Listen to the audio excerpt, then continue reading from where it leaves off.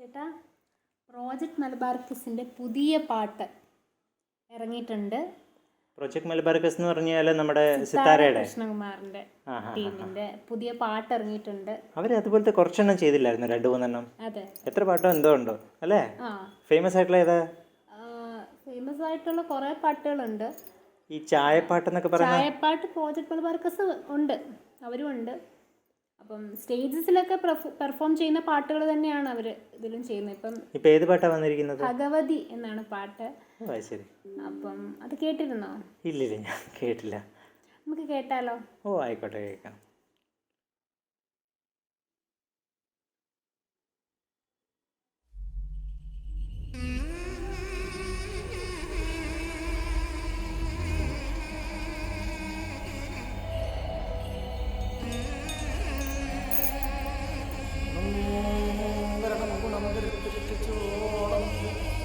എൻ്റെ പൈതങ്ങളെ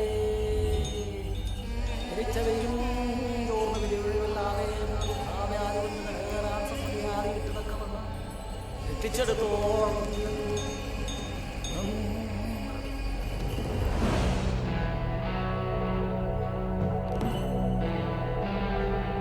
ഓ, ഇതൊക്കെ അനിമേഷനാണ്. പ്രമയുഗം വൈബല്ലേ?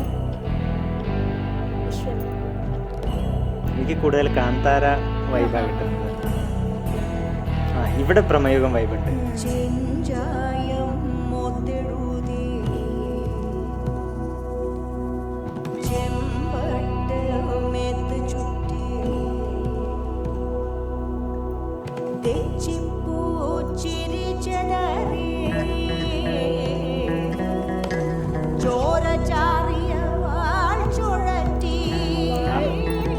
ഇത് സിത്താര സ്പെഷ്യലാണ്.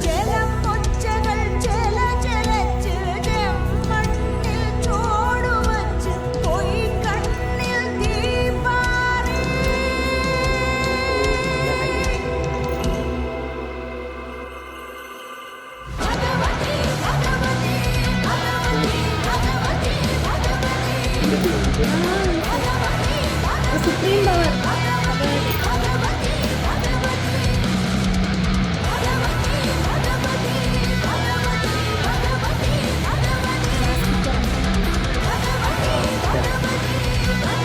കുറച്ച് ബ്ലെൻഡിങ് ആയിട്ടുണ്ടല്ലോ.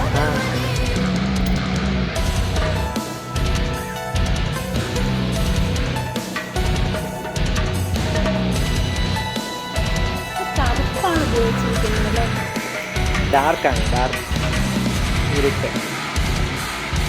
സിത്താരയുടെ കോസ്റ്റ്യൂമ് കറുപ്പാണ്. ഒരു റേഞ്ച് കാണിക്കാനാവും അല്ലേ?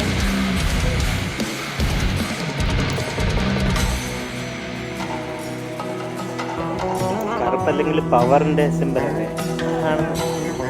സ്ട്രെങ്ത്. ഫെമിനൈൻ അത് ഭഗവതി എന്ന് പറയുന്നത് ഫെമിനിൻ പവറാണ്. തെയ്യത്തിന്റെ വർത്താനല്ലേ?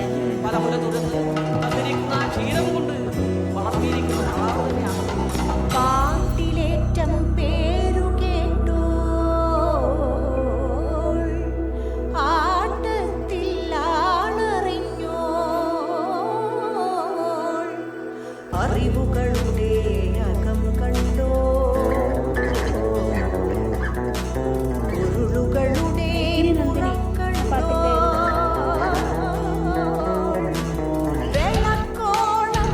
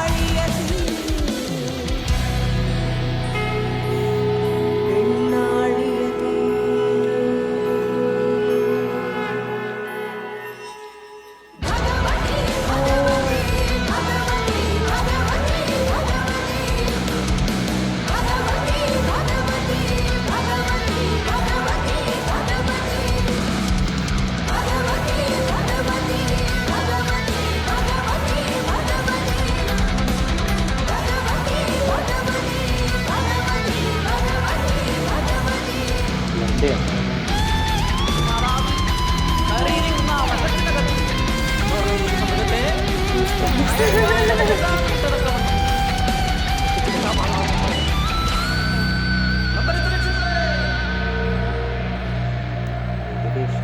അതെന്ത് നല്ല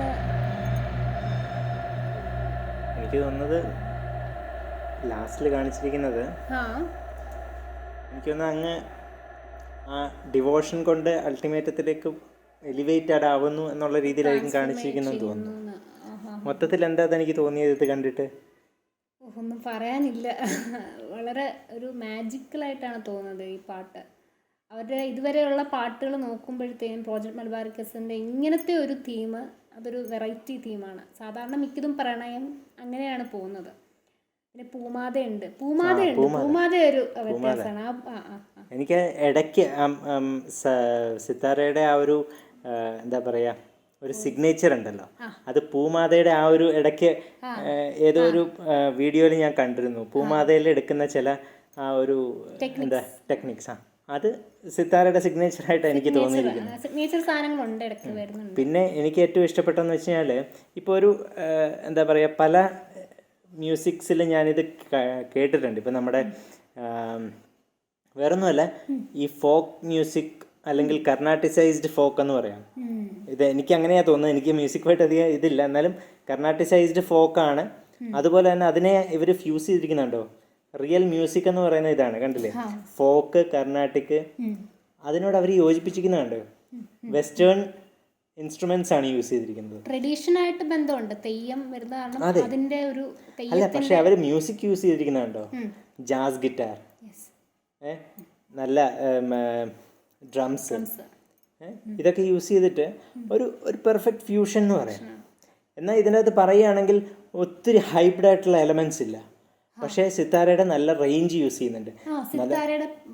വോയിസിന്റെ റേഞ്ച് താഴത്തെ ഒക്ടേവിൽ നിന്ന് അങ്ങ് മേലത്തെ ഒക്ടേവ് വരെ യൂസ് ചെയ്തു. 1-2 ഇടത്ത് ഞാൻ വീഡിയോയിൽ എനിക്ക് സർപ്രൈസ്ഡ് ആയ 1-2 എലമെന്റ്സ് എന്ന് വെച്ചാൽ അത്രയും ആ ഹൈ വന്നിട്ട് ഇടയ്ക്ക് 1-2 സ്ഥലത്ത് ഭഗവതി എന്ന് വരുന്നുണ്ട്. അവിടെ ഗൂസ് ബംസ് വരും നമുക്ക്. പിന്നെ ഇടയ്ക്ക് ഒരു സ്ഥലത്ത് ഇലക്ട്രിക് ഗിറ്റാർ വായിക്കുന്നുണ്ട്. ഇതൊക്കെ വായിച്ചു തരാന്ന് എനിക്കറിയില്ല, ബട്ട് ആ ബാൻഡിന്റെ എന്നാലും അവർക്ക് എന്ത് ഇതിനെ ബ്ലെൻഡ് ചെയ്യാനായിട്ട് ആ ഒരു തോട്ട് ഉണ്ടല്ലോ, അതൊക്കെ വളരെ നന്നായിട്ടുണ്ടെന്ന് എനിക്ക് തോന്നിയത്. പിന്നെ നമ്മുടെ വോയിസിൽ ക്യാപ്ചർ ആയെന്നറിയില്ല, ഇത് പ്ലേ ചെയ്തോണ്ടിരുന്നപ്പോ മോൻ ബാക്ക്ഗ്രൗണ്ടിൽ പാടുന്നുണ്ട്. അത് എല്ലാരും പാടിപ്പോവും. ഭഗവതി ആ ഭാഗം എല്ലാരും പാടുന്ന ഒരു അതിനെന്താ പറയാ ഹുക്ക് ലൈൻ ആണ് അല്ലേ?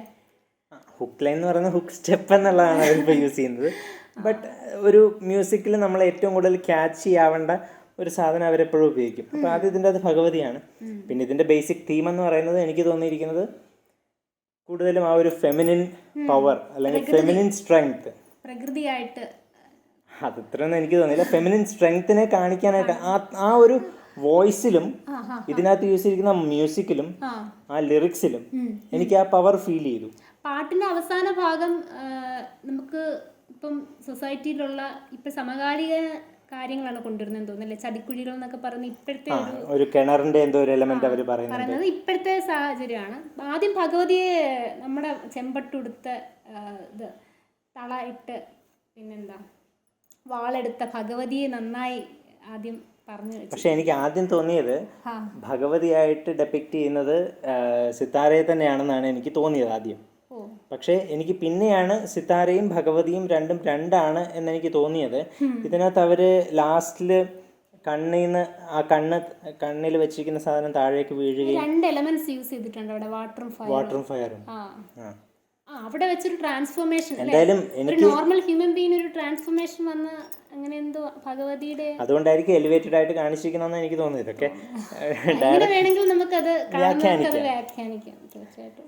എന്തായാലും ഒരു നല്ലൊരു വാച്ചബിൾ ആയിട്ടുള്ളൊരു സാധനമാണ്, എൻജോയബിൾ ആണ്, കണ്ടിരിക്കാം. മ്യൂസിക് ഇങ്ങനെ അലയടിക്കുന്നത് പോലെ എനിക്ക് തോന്നുന്നുണ്ട്.